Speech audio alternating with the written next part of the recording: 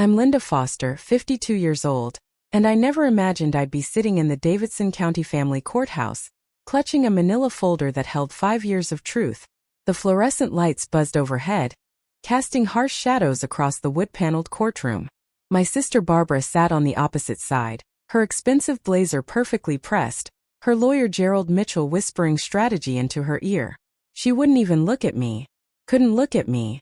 Because looking at me meant facing what she'd done. The accusations hung in the air like poison. Kidnapping. Child endangerment. Unlawful custody. Words that felt like knives twisting in my chest. These weren't just any children. Before we jump back in, tell us where you're tuning in from. And if this story touches you, make sure you're subscribed because tomorrow, I've saved something extra special for you. They were hers. Ethan, Lily, Sophie, and Max. 4 kids she'd abandoned on my doorstep 5 years ago during a thunderstorm, promising she'd be back in 2 hours. 2 hours turned into 2 days, then 2 weeks, then 5 entire years. I'd raised them, fed them breakfast before school, helped with homework at my kitchen table, bandaged scraped knees, wiped away tears, celebrated birthdays with homemade cakes because that's all I could afford on a teacher's salary. And now she was back, not because she missed them, not because she'd had some grand realization about motherhood. No, she was back because of the house. Our childhood home on Maple Ridge Drive, the 2-story colonial with the wraparound porch that our parents left us.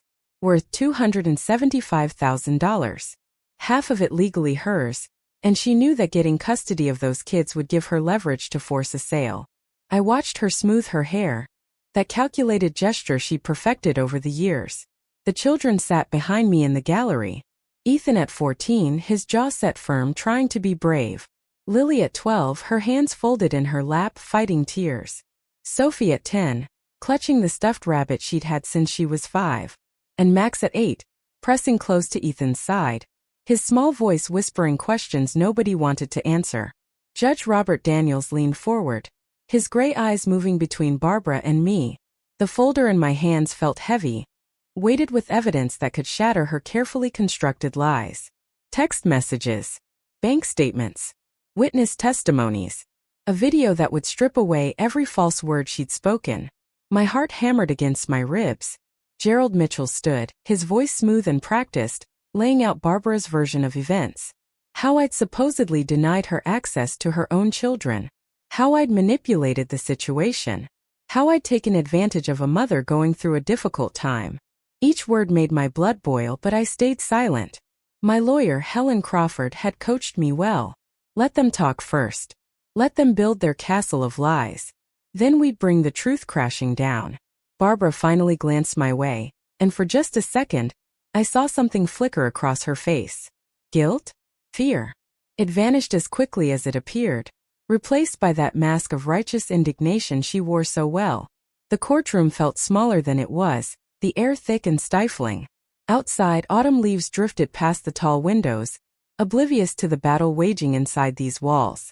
This wasn't just about property or money. This was about 4 children who'd been thrown away like garbage, who'd learned to trust again, who'd built a life from the ruins of abandonment. Behind me, I heard Ethan shift in his seat. He'd grown so much in 5 years. From a confused 9-year-old to a young man who'd learned to be strong when everything fell apart. Lily had found her voice through piano lessons I'd scrimped and saved for. Sophie had overcome her struggles with reading, her dyslexia no longer a barrier but a challenge she'd conquered. And Max, who'd been barely more than a baby when Barbara left, knew no other mother but me. Judge Daniels cleared his throat, and the room fell silent. This was it. The moment that would determine everything. 5 years of sacrifice, of love, of fighting to give those kids stability. All of it hanging in the balance because my sister had decided she wanted money more than she'd ever wanted her own children. I tightened my grip on the folder, feeling the edges bite into my palm. Inside were photos, documents, recordings, the truth in black and white and digital timestamps. Whatever happened next, I wouldn't go down without showing everyone exactly who Barbara Foster Green really was. 5 years ago, on a late March afternoon in Nashville's Green Hills district, the sky had turned that peculiar shade of greenish-gray that meant serious weather was coming. I'd just gotten home from Hillside Elementary, my arms full of graded papers and craft supplies for the next day's lesson. Thunder rumbled in the distance, and the first fat raindrops were already splattering against my windshield as I pulled into the driveway of my house on Maple Ridge Drive. I was thinking about dinner, maybe some pasta and a quiet evening catching up on lesson plans. The last thing I expected was to see Barbara's beat-up Honda Civic screeching to a stop in front of my house. My sister burst out of the driver's side, and that's when I saw them. 4 children piling out of the back seat and trunk area, looking rumpled and disoriented. Ethan climbed out first, his backpack hanging off one shoulder, his eyes scanning the darkening sky with worry. Then came Lily, her hair tangled, clutching a small duffel bag. Sophie stumbled out next, her shoes untied, one sock missing. And finally Max, barely 3 years old, whimpering as Barbara yanked him from his car seat with rushed, jerky movements. "Linda, I need you to watch them for a couple hours," Barbara called out, already dragging a garbage bag full of what looked like clothes toward my porch. "Just a quick thing I gotta handle, then I'll be right back. Promise." The wind picked up, carrying the scent of rain and something else. Something desperate in my sister's voice that made my stomach clench. Before I could ask what was happening, she shoved the garbage bag into my arms. "Their stuff's in here. Max needs dinner soon. Ethan knows their routines. I gotta go, Linda. I'll call you." "Barbara, wait," I started, but she was already running back to her car, her jacket flapping behind her. The engine roared to life and she peeled away from the curb, tires squealing on the wet pavement. I stood frozen on my porch, rain beginning to fall in earnest now, with 4 children looking up at me with expressions that ranged from confusion to resignation. Thunder cracked overhead and Max started crying, his little face scrunching up as he reached for his mother who was no longer there. The other 3 just stood there, getting soaked like they'd been through this before. Like they knew better than to expect anything different. "Come on, kids," I said, my teacher instincts kicking in even as my mind raced. "Let's get you inside before we all drown out here." I ushered them through my front door, their wet shoes squeaking on the hardwood floor of my entryway. My house suddenly felt different, smaller somehow, as 4 dripping children filed into my living room. The cozy space I'd cultivated over years of living alone, my books and framed photos and carefully chosen furniture, now looked woefully unprepared for the chaos of children. Ethan stood near the door, water dripping from his hair, his expression carefully blankened that way kids learn when they're trying not to feel too much. Lily sat on the edge of my couch, the duffel bag clutched in her lap like a lifeline. Sophie wandered toward my bookshelf, her fingers trailing along the spines, and Max clung to my leg, his sobs subsiding into hiccups. I set down the garbage bag and took stock. 4 children, soaking wet, clearly hungry, and their mother had just vanished into a thunderstorm with nothing but a vague promise. The garbage bag, when I opened it, contained a jumbled mess of clothes, most of them too small or stained or both. No toothbrushes. No medications if anyone needed them. No instructions. No emergency contacts. Nothing. "Where's your mom going?" I asked Ethan gently, kneeling down to his level. He shrugged, his eyes not meeting mine. "She does this sometimes. Says she'll be back. Sometimes she is." The casual way he said it, like maternal abandonment was just another Tuesday, made my heart crack. I glanced at Lily, who was staring at the floor, her small hands twisting the strap of the duffel bag. Sophie had found my collection of children's books from my classroom and was pulling one out, her movements mechanical, seeking comfort in the familiar. Max had stopped crying but kept his arms wrapped around my leg. "Okay," I said, forcing brightness into my voice. "First things, preparing and narrating this story took us a lot of time, so if you are enjoying it, subscribe to our channel, it means a lot to us. Now back to the story. First, let's get you all into dry clothes, then we'll figure out dinner. How does that sound?"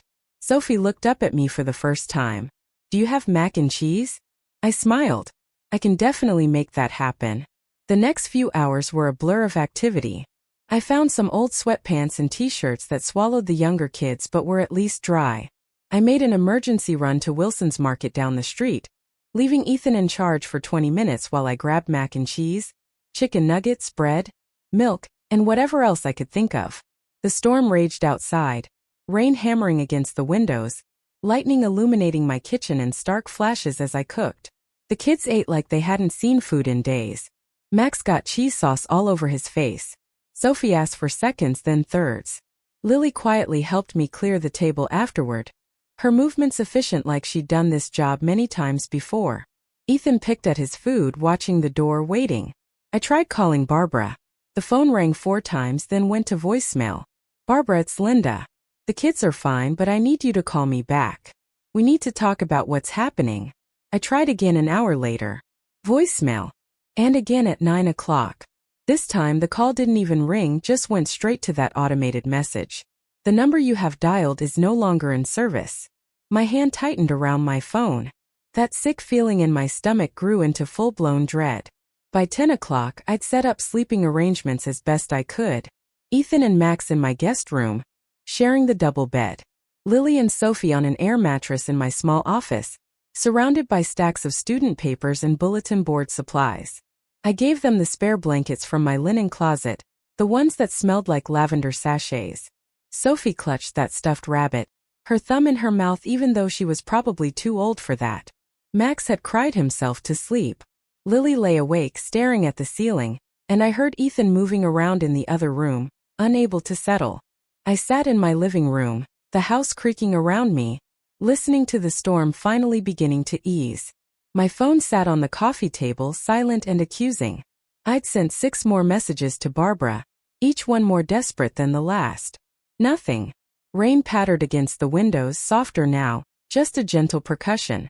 My mind spun through possibilities. Had something happened to her? Was she in trouble? Or had she simply decided that 4 kids were too much work? I thought about calling the police, reporting her missing, but something stopped me. Those kids upstairs had been through enough tonight. Getting authorities involved, watching police cars show up, being questioned, maybe even being taken away by child services until this got sorted out, I couldn't do that to them.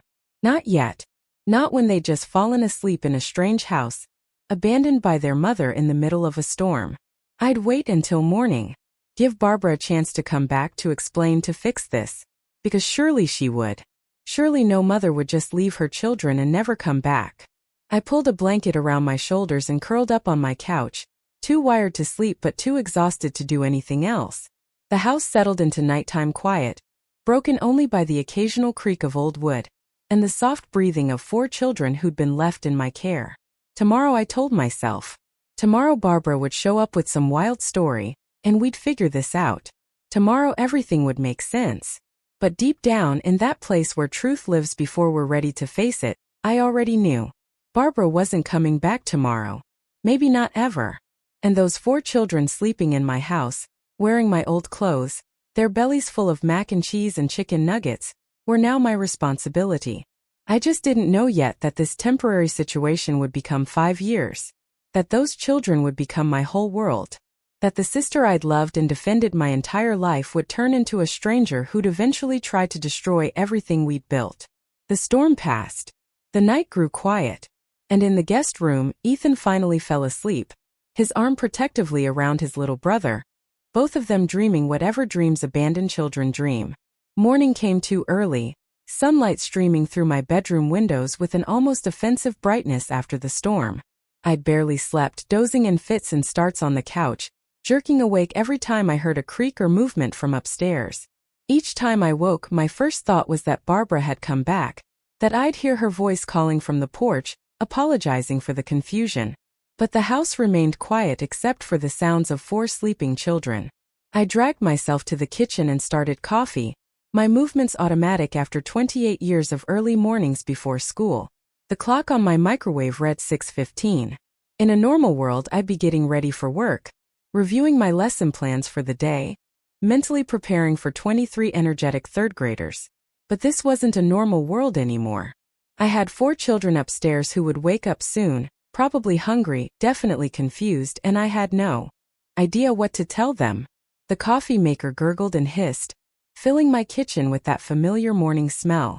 I pulled out my phone and tried Barbara's number again. Even though I knew what would happen. The same automated message. Number no longer in service. I opened my text messages and scrolled through the conversation history with my sister. The last message from her was from 3 weeks ago, asking if she could borrow money. I'd sent her $200, money I really couldn't spare from my teacher's salary, but she was family. She'd promised to pay me back. That promise felt laughable now.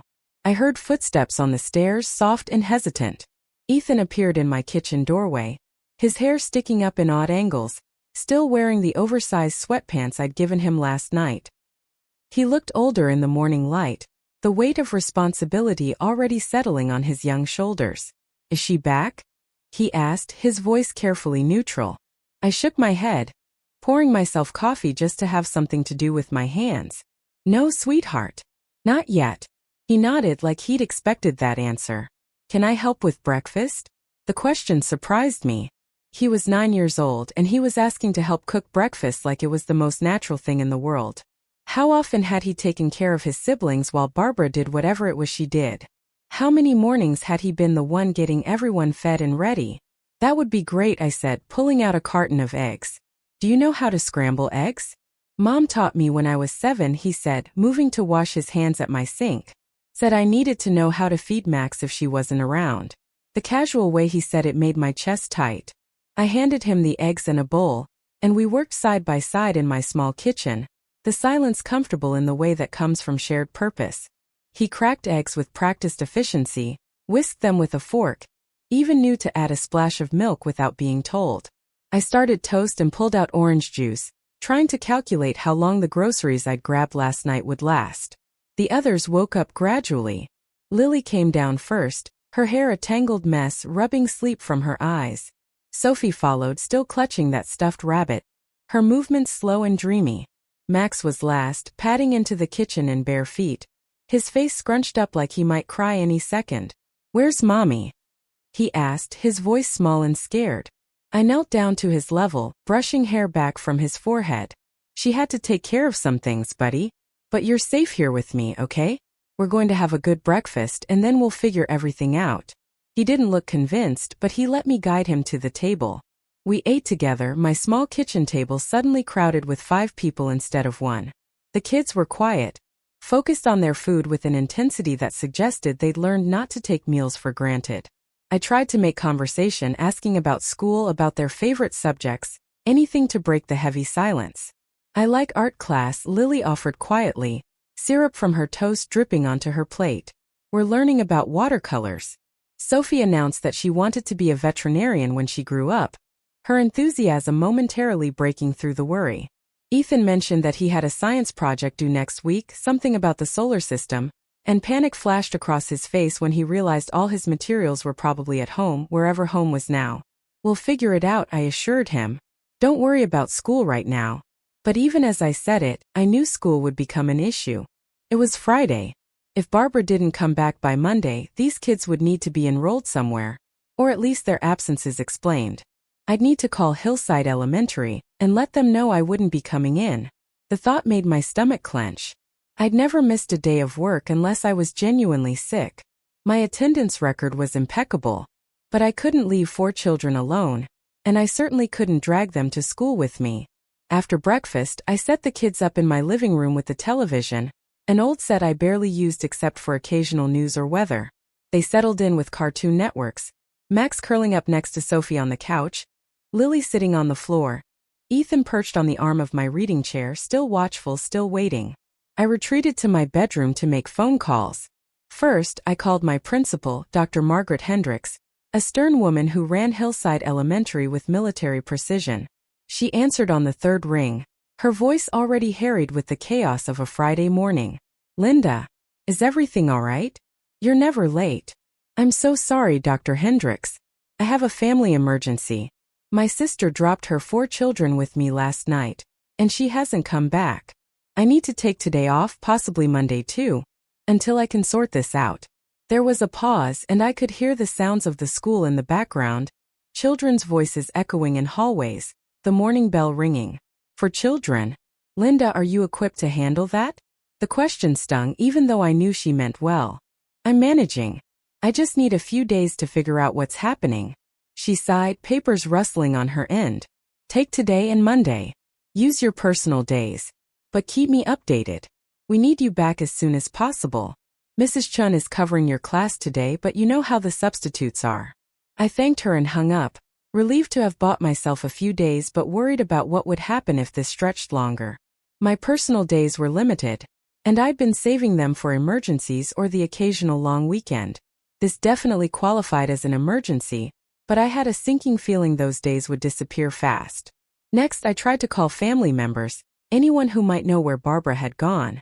Our parents had passed away 2 years ago, first Dad from a heart attack, then Mom 6 months later from what the doctors called a stroke but what I privately thought was a broken heart. The house on Maple Ridge Drive had been theirs, left to Barbara and me equally in the will. Barbara had been living in Memphis, supposedly working at some retail job, always between apartments, always struggling. I'd been in this house alone since Mom died, keeping it maintained, paying the property taxes from my salary, treating it like the precious inheritance it was. I called our cousin Jennifer, who lived over in Knoxville. She hadn't heard from Barbara in months. I tried our Aunt Ruth in Chattanooga, who launched into a 15-minute complaint about how Barbara had borrowed money from her last year and never paid it back. Nobody knew where she'd gone. Nobody seemed particularly surprised that she'd disappeared. By noon, I'd exhausted my contact list and my patience. I sat on my bed staring at my phone, trying to decide if it was time to call the police. But what would I say? My sister left her kids with me and hasn't come back in less than 24 hours? They'd tell me to give it more time. And if I pushed it, if I reported the children as abandoned, they might take them away, put them in foster care while they investigated. The thought made my hands shake. I couldn't do that to them. Not yet. I went back downstairs to find the kids exactly where I'd left them. The television playing some animated movie about talking animals. Max had fallen asleep against Sophie's shoulder. Lily was drawing on the back of an old envelope she'd found somewhere, her tongue sticking out in concentration. Ethan was reading one of my books, a thick volume about astronomy he'd pulled from my shelf. "Hey," I said softly, not wanting to startle them. "Who wants to help me make lunch?" Sophie's hand shot up immediately. Lily set down her drawing. Even Ethan looked up from his book, and I saw the relief in his eyes at having something to do, some structure in the chaos. We made sandwiches together, an assembly line of peanut butter and jelly, everyone taking a roll. Max woke up grumpy and hungry, but the promise of food cheered him. We ate at the kitchen table again, and I tried to plan what came next. "I need to go to your house," I told them carefully, "to get more of your things. Clothes that fit, toys, anything you need. Can you tell me the address?" Ethan recited it from memory, an apartment complex in East Nashville, the kind of place where rent was cheap because nothing worked quite right. I knew the area, had driven past it countless times on my way to various parts of the city. I'd had no idea Barbara was living there, though I shouldn't have been surprised. She'd always been good at keeping secrets. I called Patty Wilson, my neighbor and closest friend. Patty had retired from nursing a year ago and spent most of her time gardening and volunteering at the community center. She answered with her usual warmth, and when I explained the situation, she didn't hesitate. "Bring them over here," she said firmly. "I'll watch them while you go get their things. No child should have to go back to that apartment if their mama just up and left them." I could have hugged her through the phone. Within the hour, I'd walked the kids 2 houses down to Patty's place. A cheerful yellow house with flower boxes in every window. She greeted them like old friends, already pulling out cookies and juice boxes, setting up board games on her dining room table. Max took to her immediately, charmed by her gentle voice and the fact that she let him have 2 cookies. "Take your time, honey," Patty told me quietly while the kids were distracted. "Get everything they need. And Linda, you're doing a good thing here." I drove to the address Ethan had given me, my hands tight on the steering wheel. The apartment complex was worse than I'd imagined. Paint peeling off the exterior walls, several windows covered with cardboard instead of glass. Trash overflowed from dumpsters near the parking lot. I found Barbara's unit on the 2nd floor, number 212, and knocked on the door even though I knew she wouldn't answer. Silence. I tried the doorknob, found it locked. I stood there in that grimy hallway, smelling old cooking grease and mildew, and made a decision. I went back to my car, found the small toolbox I kept in the trunk for emergencies, and returned to that door. My hands shook as I worked the lock with a screwdriver, something I'd never done before in my life. Feeling like a criminal but knowing I needed to get those kids' belongings. The lock finally gave way, and I pushed the door open. The smell hit me first, a mixture of stale air and rotting food. The apartment was a disaster. Clothes everywhere, dishes piled in the sink, trash bags that hadn't been taken out. A single couch with springs poking through the cushions faced a small television. No toys in sight. No books. Nothing that suggested children lived here. I moved through the space, my teacher's eye cataloging the neglect. The bedroom the kids must have shared had 2 mattresses on the floor. No bed frames, sheets stained and torn. Their clothes were stuffed in garbage bags in the closet, most of them too small or falling apart. I found Lily's school backpack shoved under one of the mattresses. Homework assignments crumpled inside, never completed. Sophie's shoes, both pairs, had holes worn through the soles. My hands moved automatically, gathering what I could salvage. I found a few stuffed animals, including a worn teddy bear that must have been Ethan's. Some books, surprisingly, tucked in a corner, their pages dog-eared from reading. I grabbed every piece of clothing that looked wearable, every pair of shoes, every toothbrush from the bathroom.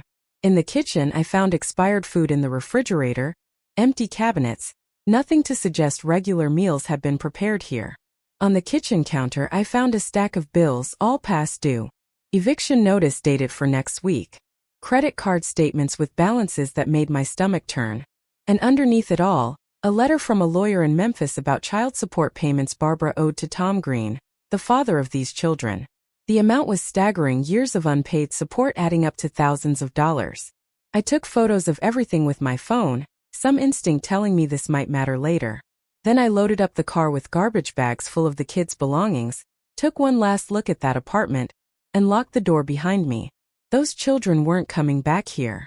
Whatever happened with Barbara, wherever she'd gone, they deserved better than this. When I returned to Patty's house, Max ran to me immediately, throwing his arms around my legs.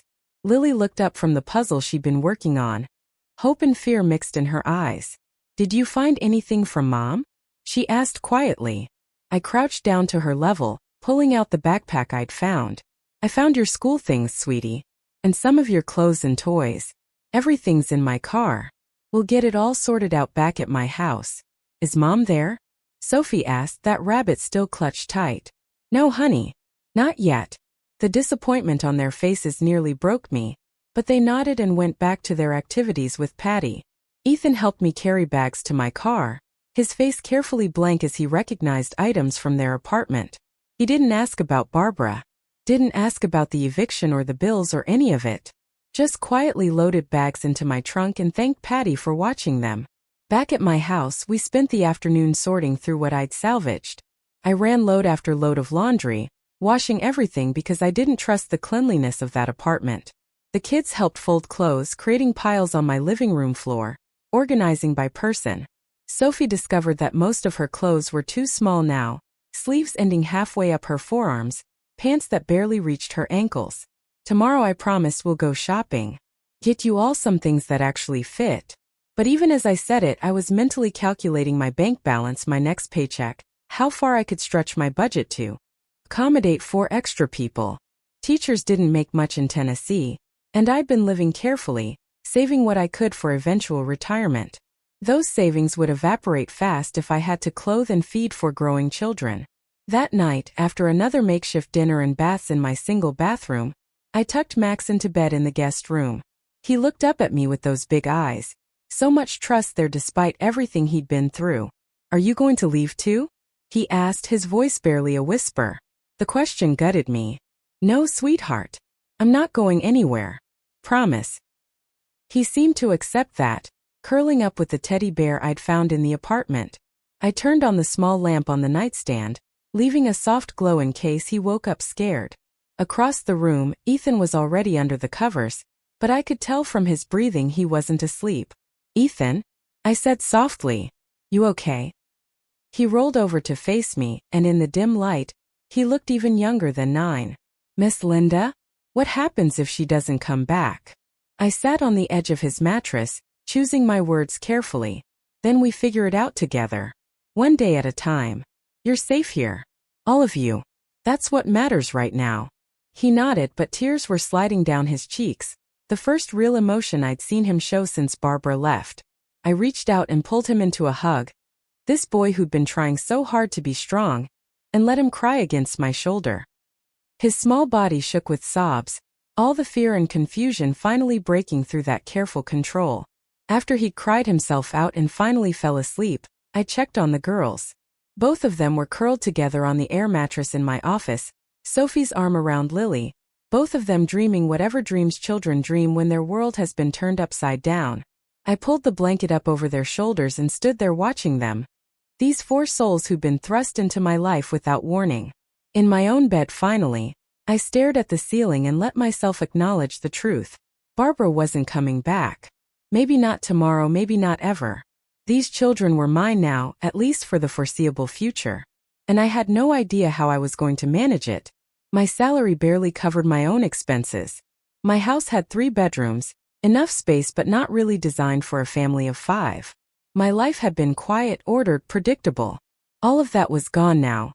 But when I thought about alternatives, about calling child services, about those kids being split up and put in different foster homes, about Max crying himself to sleep in some stranger's house, I knew I couldn't do it. Barbara had made her choices, selfish and terrible as they were. Now I had to make mine. I would keep them, figure out the money somehow, make the space work, adjust my life to accommodate theirs. Because family didn't abandon family, even when family had abandoned them first. Those kids upstairs deserved stability, love, someone who showed up every single day. I would be that person. Tomorrow, I'd call the school district and figure out enrollment. I'd go to the thrift stores and buy clothes that fit. I'd rearrange my house to make it theirs too. I'd pick up extra shifts somehow, maybe tutoring in the evenings, maybe summer school programs. I'd make it work because there was no other option. Sleep finally came, restless and filled with worried dreams. But when morning light crept through my windows again, I got up with new resolve. The kids needed breakfast. They needed clean clothes and structure and someone who didn't give up on them. They needed me to be strong even when I felt like falling apart. So that's what I would be. The weekend passed in a blur of activity that left me exhausted but purposeful. Saturday morning I loaded all 4 kids into my sedan and drove to Second Chance Boutique, the thrift store on Charlotte Avenue that I'd visited occasionally over the years. The kids were quiet during the drive, staring out the windows at Nashville passing by, probably wondering if we'd somehow run into Barbara on these streets. Inside the shop, the smell of detergent and old fabric filled the air. I grabbed a cart and started systematically working through the racks, pulling out anything that might fit. Ethan needed pants that actually reached his ankles, shirts that weren't threadbare. Lily picked out a denim jacket with embroidered flowers on the collar, her eyes lighting up when I nodded approval. Sophie found a purple dress that twirled when she spun, the first genuine smile I'd seen from her. Max needed everything, his growth spurt meaning almost nothing from the apartment fit anymore. At the register I watched the total climb and tried not to wince. $83.47. More than I'd typically spend on myself in 3 months, but the kids needed clothes that fit, shoes without holes, jackets for the cooling autumn weather. I handed over my debit card and prayed the payment would clear. It did, but I knew my careful budget was already in shambles. That afternoon, Patty came over with 2 casserole dishes, 1 lasagna and 1 chicken and rice, both still warm from her oven. She took one look at my face and pulled me into a hug while the kids were upstairs putting away their new clothes. "You're taking on a lot, honey," she said quietly. "But you're not alone in this.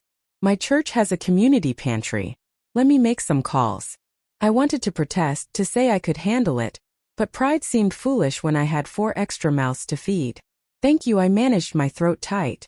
By Sunday evening, Patty had organized what she called a small neighborhood effort. 3 families from our street brought over groceries, enough to stock my pantry and refrigerator for at least 2 weeks. Mrs. Chun from the corner house contributed a bag of hand-me-downs from her grandchildren. The Martinez family brought over a box of toys their kids had outgrown. I stood on my porch accepting these gifts, overwhelmed by the kindness of people who barely knew me beyond neighborhood waves and occasional conversations. The kids helped put everything away, and I watched Ethan organizing canned goods in my pantry with meticulous care, his face serious with concentration. Lily arranged the toys in my living room, creating a play area that had never existed before.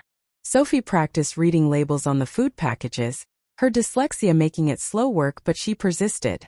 Max just ran around excited about the sudden abundance, his 3-year-old energy filling my previously quiet house with noise and life.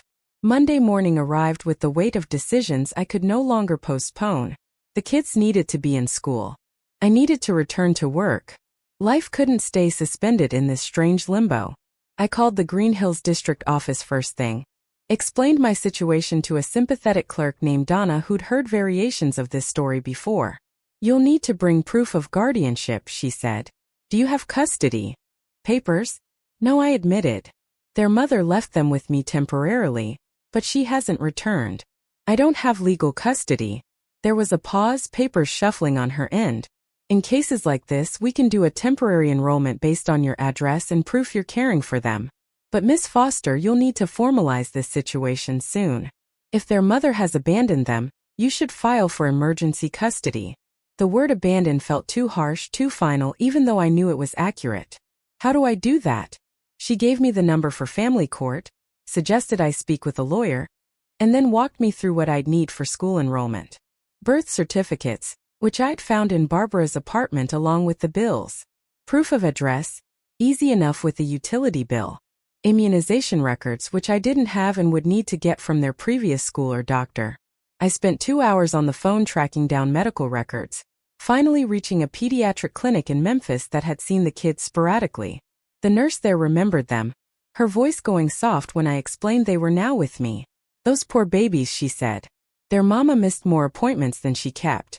I'll fax over what we have. By Tuesday, I had enough paperwork to enroll them. Ethan would start 6th grade at Green Hills Middle School. Lily would enter 5th grade at Maple Grove Elementary. Sophie would be in 3rd grade, the same grade I taught, though I'd made sure to request she be placed in a different classroom to avoid any complications.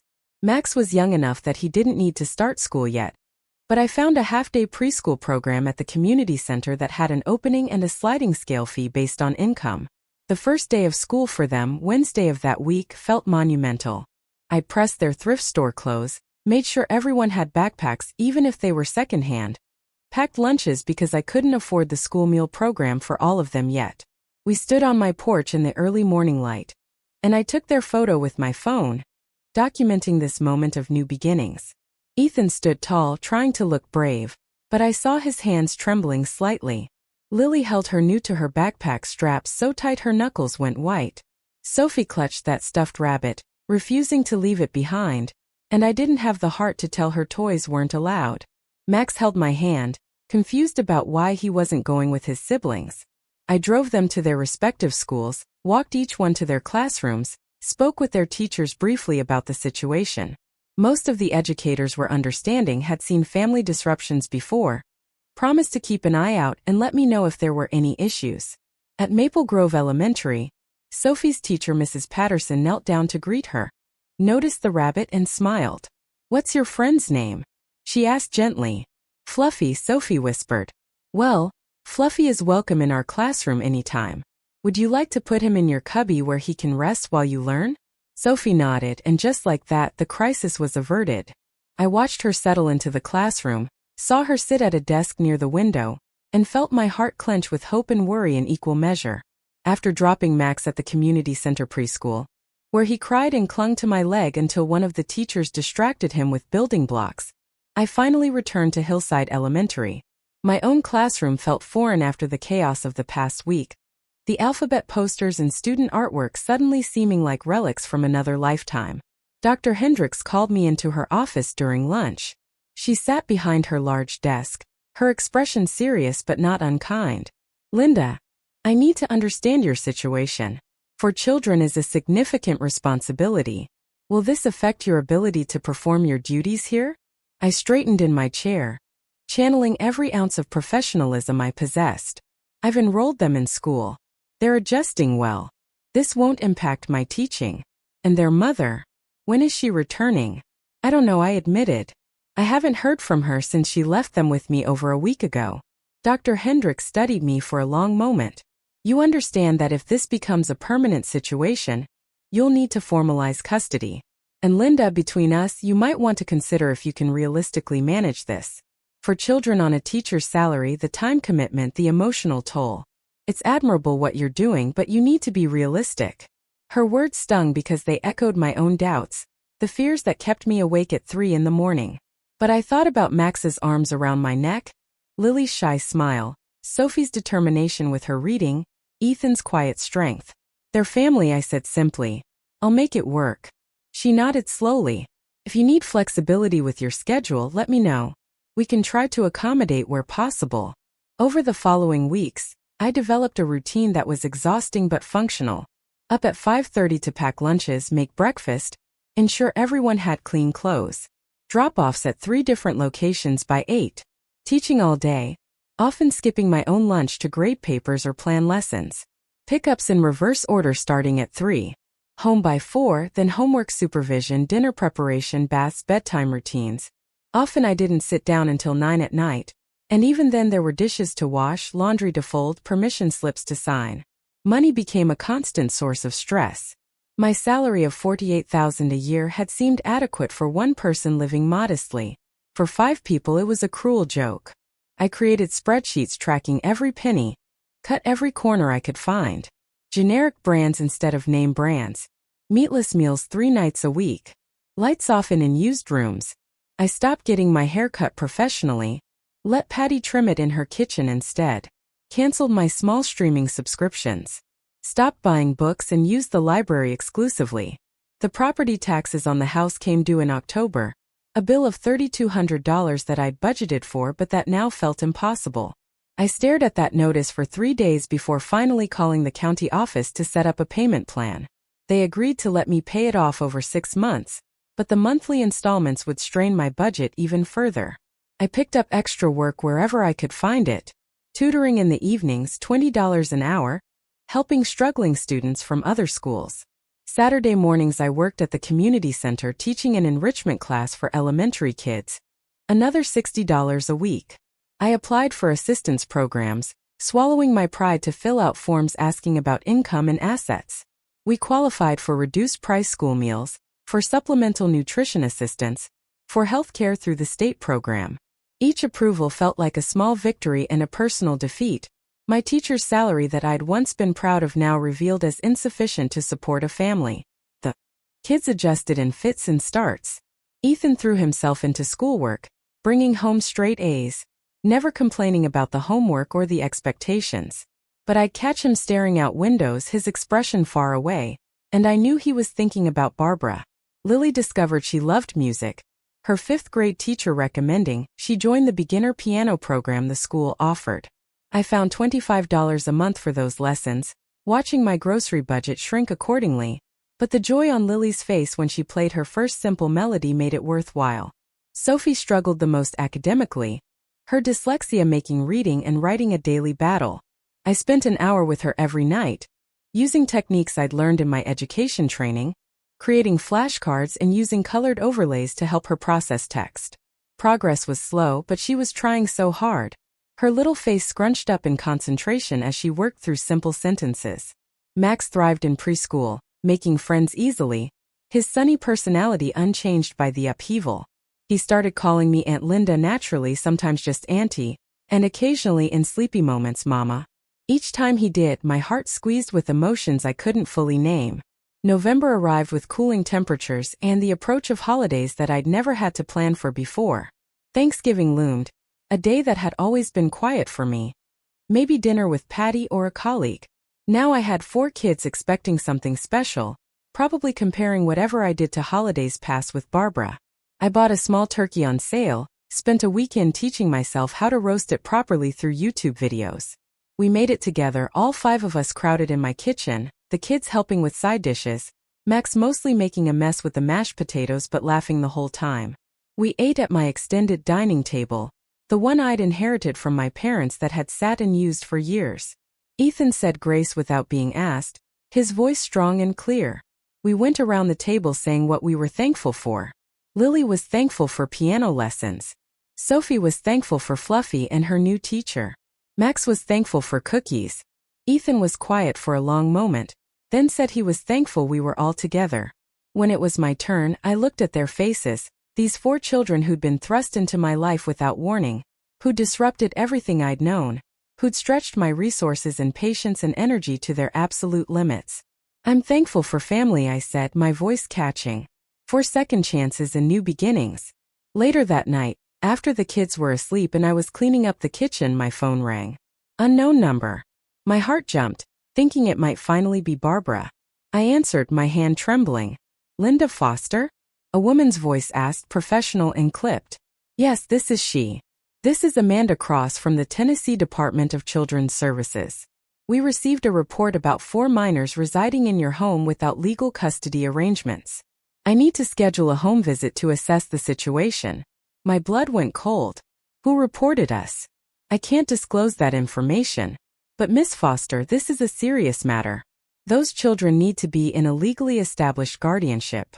I can come by Thursday afternoon. Will you be available? I agreed to the appointment because what choice did I have? Then stood in my kitchen after hanging up, fear coursing through me. Someone had reported me. Someone had decided that what I was doing wasn't legitimate, that those kids needed to be taken away. Maybe a neighbor who thought I was in over my head. Maybe someone at the schools who thought the situation was irregular. Maybe even Barbara herself, though that seemed unlikely since she hadn't contacted me once in 2 months. Thursday afternoon, Amanda Cross arrived right on time. A woman in her 40s with sharp eyes and a clipboard. She walked through my house, noting the sleeping arrangements, the food in the pantry, the cleanliness of the bathrooms. She interviewed the kids one by one in my living room while I waited anxiously in the kitchen. When she was finished, she sat across from me at my kitchen table and delivered her assessment. The children are clearly well cared for, Miss Foster. They speak highly of you. Their basic needs are being met. However, the current situation is untenable from a legal standpoint. You need to file for emergency guardianship immediately.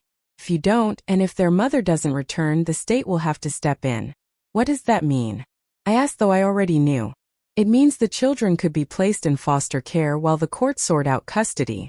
Given that they're siblings, there's no guarantee they'd be placed together. The thought of them being separated, of Ethan and Max in different homes, of Lily and Sophie sent to opposite ends of the county, made me feel sick. I'll file for guardianship, I said. Tell me what I need to do. She handed me paperwork, phone numbers, instructions. You'll need to prove that you're a fit guardian and that their mother has abandoned them. 2 months of no contact is significant. Do you have documentation of your attempts to reach her? I pulled out my phone, showed her the dozens of unanswered texts, the call logs showing failed attempts. I have more, I said. Evidence of where she was living, the eviction notice, bills she didn't pay. I've been documenting everything. Good. You'll need all of that. And Miss Foster, you should know that if you're granted guardianship, their mother can still challenge it if she returns. This could become a legal battle. I'll face that if it comes, I said. Right now, those kids need stability. They need to know they're not going to be moved again. Amanda Cross nodded, standing to leave. You're doing the right thing. I'll note in my report that the children are safe and well cared for. But file those papers soon. The system doesn't wait, and delays can cause complications you don't want. After she left, I sat at my table and started filling out the guardianship forms. Page after page of questions about income, living situation, relationship to the children, reasons for seeking custody. In the section asking why guardianship was necessary, I wrote out everything. Barbara's abandonment, the condition of her apartment, the eviction, her disconnected phone, the 2 months of silence. My hand cramped from writing, but I documented every detail, knowing this might be the difference between keeping the kids and losing them. That night, I talked to the kids about what was happening. They deserved to know that the state was watching, that I was fighting to keep them, that this might get complicated. Ethan understood immediately, his face going pale. Lily started crying, asking if they'd have to leave. Sophie clutched Fluffy and went very quiet. Max didn't understand at all, just wanted to know if we were still having spaghetti for dinner. I'm filing papers to make this official, I told them. To make it legal that you live here with me. But it means going to court, talking to a judge, explaining everything. Are you okay with that? Ethan spoke first. We want to stay here. With you. This is home now. The others nodded, even Max, though I wasn't sure he grasped what we were talking about. Seeing their faces, the trust there despite everything they'd been through. I knew I'd fight whatever battles came. The state could investigate. Barbara could return and make demands. The courts could drag this out for months. None of it mattered compared to keeping these 4 kids safe and together. I filed the guardianship papers the next morning at the courthouse, paying the filing fee with money I'd set aside for Christmas presents. The clerk stamped the documents and told me a hearing would be scheduled within 60 days. Until then, everything stayed in limbo, the kids technically in my care but without legal protection, vulnerable to any challenge that might arise. December brought cold weather and the mounting pressure of holidays.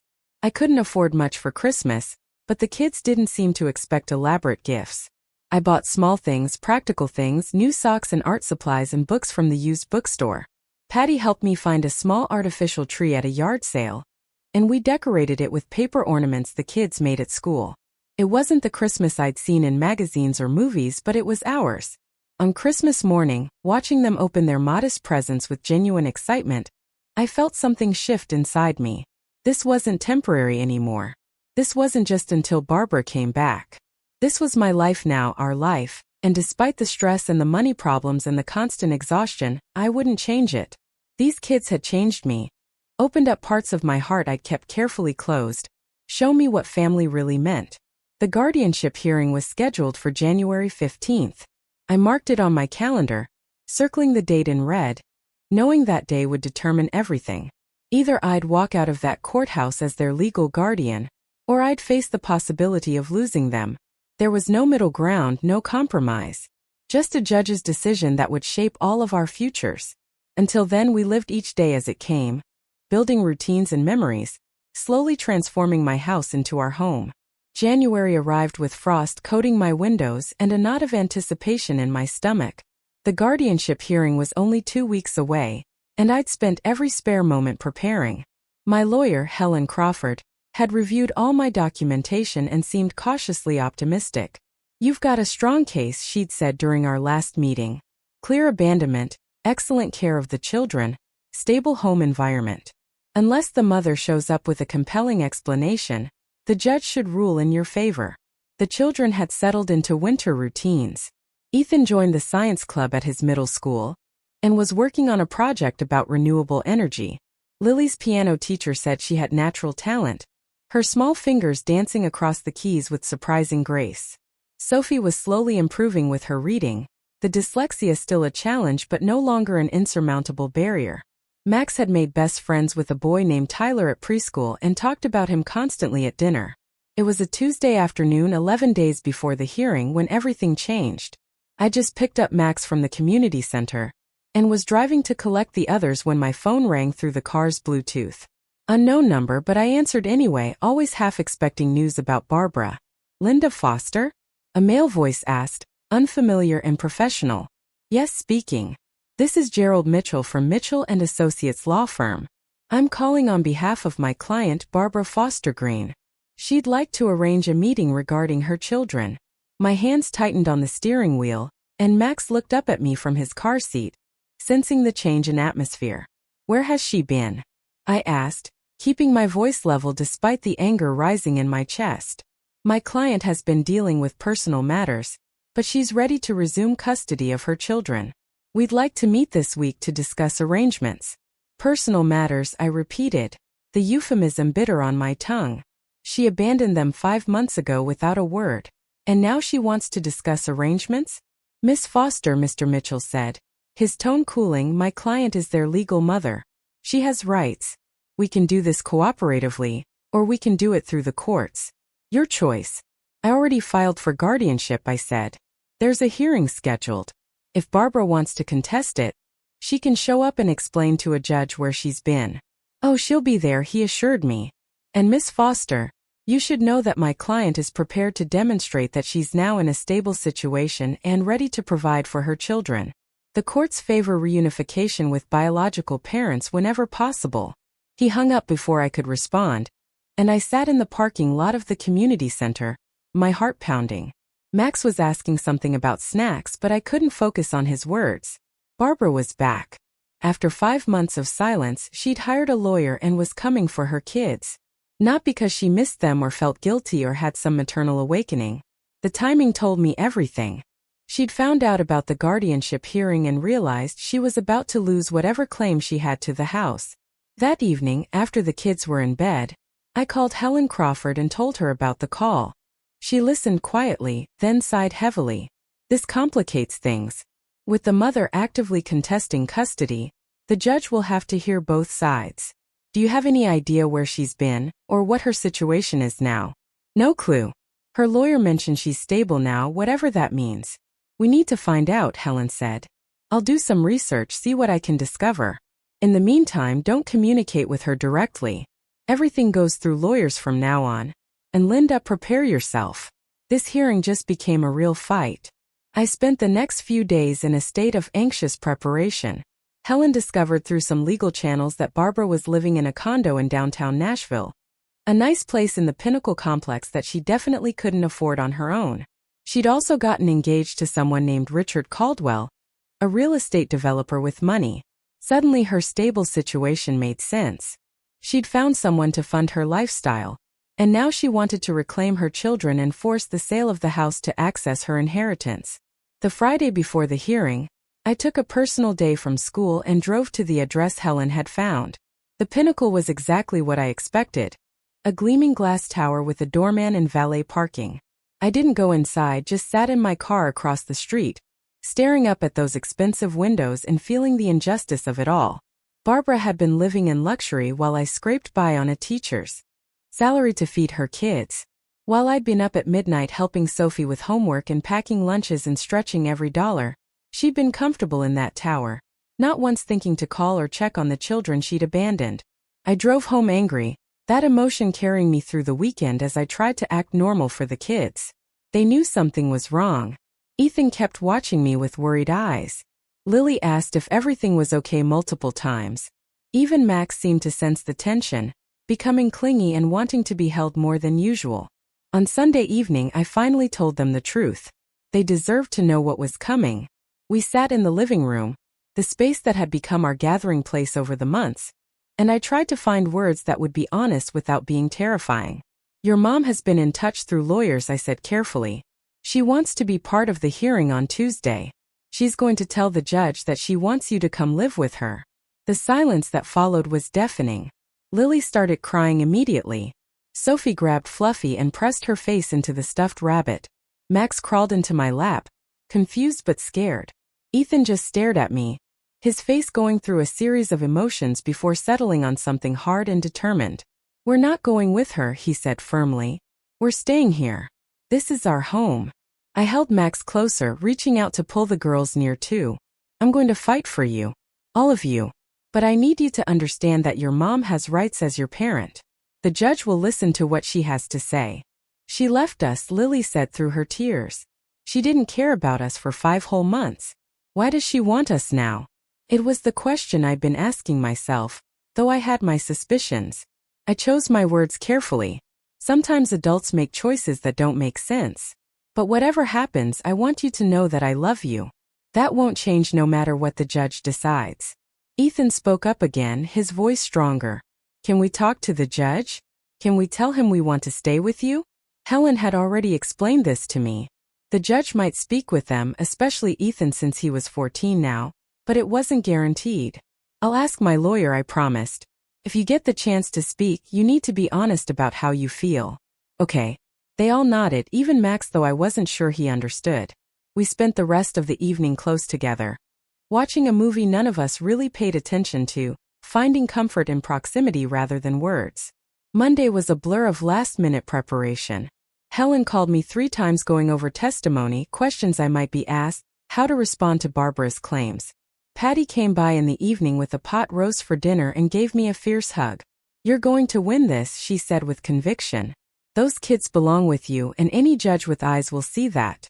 I wanted to believe her, but fear had settled deep in my bones. The legal system wasn't always logical. Biology mattered. Barbara's new financial stability would look good on paper. Her lawyer would spin some story about temporary hardship and recovery, about a mother's love never dying. He'd probably avoid mentioning the 5 months of complete silence, the disconnected phone, the eviction from that terrible apartment. Tuesday morning arrived too quickly.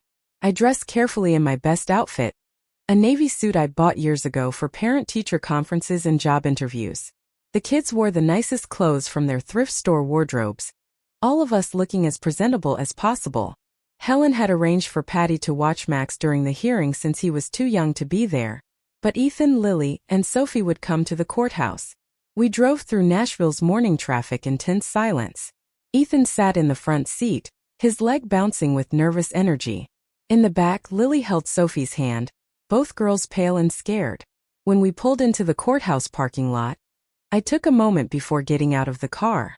"Whatever happens in there," I said, turning to look at all three of them, "you are brave and strong and loved. Remember that." The courthouse was intimidating. All marble floors and high ceilings and the echo of footsteps. We met Helen in the lobby, her professional demeanor somehow reassuring. She walked us through what would happen, where we'd sit, how long it might take. Then she mentioned something that made my stomach drop. "Barbara's here already. She's outside the courtroom with her lawyer and her fiancé. I need to warn you, she looks very different from when you last saw her." We turned the corner into the hallway outside the family courtroom, and there she was. Barbara stood near the large windows, sunlight streaming through and catching the highlights in her professionally styled hair. She wore an expensive-looking dress, cream-colored and elegant. Diamond earrings sparkled in her ears. Next to her stood a man in his 50s wearing a tailored suit, presumably Richard Caldwell. Gerald Mitchell, her lawyer, was speaking to them in low tones. Barbara looked up as we approached, and our eyes met across the hallway. For just a second, I saw something flicker in her expression. Guilt maybe, or recognition of what she'd thrown away. Then her face smoothed into a pleasant smile, the kind you'd give strangers at a cocktail party. The children saw her at the same moment. Lily gasped. Sophie pressed closer to my side. Ethan's entire body went rigid. And in that moment, seeing how they reacted to the woman who'd given birth to them, I knew the truth. They were scared of her. Not scared she'd take them away, though that was part of it. Scared of who she was, what she represented, the chaos and instability she brought to their lives before I'd given them structure and safety. Barbara took a step toward us, her heels clicking on the marble floor. "Hi babies," she said, her voice sugary sweet. "Mommy missed you so much." None of them moved. None of them spoke. The silence stretched awkward and damning, and I saw Gerald Mitchell's face tighten with concern. This wasn't the reunion he'd been hoping for, the tearful children running to their mother's arms. This was rejection, plain and visible to anyone watching. The bailiff opened the courtroom doors. "Court's in session," he called out. "All parties for foster guardianship case, please enter." We filed in, two separate groups that had once been family. On one side, Barbara and her team, polished and prepared. On the other, me and three children who'd learned the hard way that blood didn't always mean loyalty. Judge Robert Daniels sat behind the bench, his expression neutral as he reviewed the papers before him. The battle was about to begin. Up next, you've got two more standout stories right on your screen. If this one hit the mark, you won't want to pass these up. Just click and check them out.